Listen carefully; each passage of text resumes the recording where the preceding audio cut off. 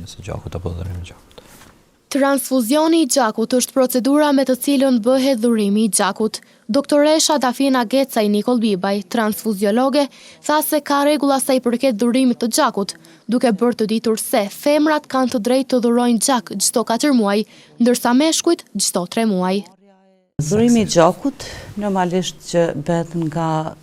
persona të shëndetshëm, vullnet mirë, që ndihen mirë psikikisht, fizikisht.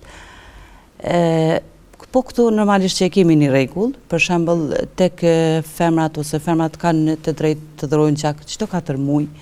ndërsa mashkujt çdo 3 muaj pa kurfar problemi. Bile kemi shumë dhurues vullnetar që paraqiten me datë, do thotë menjëherë si e bojnë atë datën që e kanë caktuar me çdo 3 muaj ose çdo 4 muaj, paraqiten me dhuru gjak vullnetarisht. Edhe kjo është vërtet kënaqësi,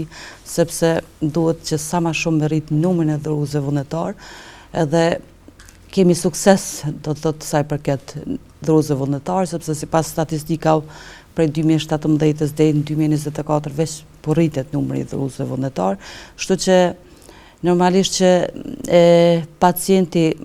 nuk duhet ta pret gjakun, por gjaku duhet ta pret pacientin për me shpëtu jetë. Transfuziologja Gecaj Nikol Bibaj tregoi se në Kosovë dhe në përgjithësi te shqiptarët, grupi më i shpesh dhe më i kërkuar i gjakut është zero pozitiv, por që është e rëndësishme që në stokun e transfuzionit të gjakut të ketë edhe rezerva të grupit zero negativ. Atëherë, duke pas parasysh se në përgjithësi, domethënë në Kosovë dhe tek shqiptarët grupa e gjakut më shpesh është zero pozitiv, edhe është grupa ma kërkuar, zero pozitiv, edhe do me thonë zero pozitiv është dhënës universal, është shumë i rëndësishme me pas stokun e transfuzionit të gjakut, mirë po, pa tjetër që duhet me pas edhe rezervat të zero negativit, për arsye që zero negativ është marrës universal. Edhe kështu që normalisht na pas të grupet e gjakut edhe erhas shkojmë grup për dhënësin dhe marsin, por në mungesë të grupeve, domethënë adekuate, atëherë është shumë e rëndësishme pas edhe zero pozitiv në stokin e transfuzionit të gjakut, por edhe zero negativ, dhënësin universal edhe marsin universal.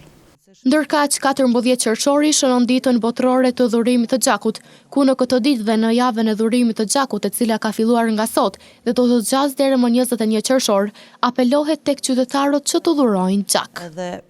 është gatishmëria 24 orë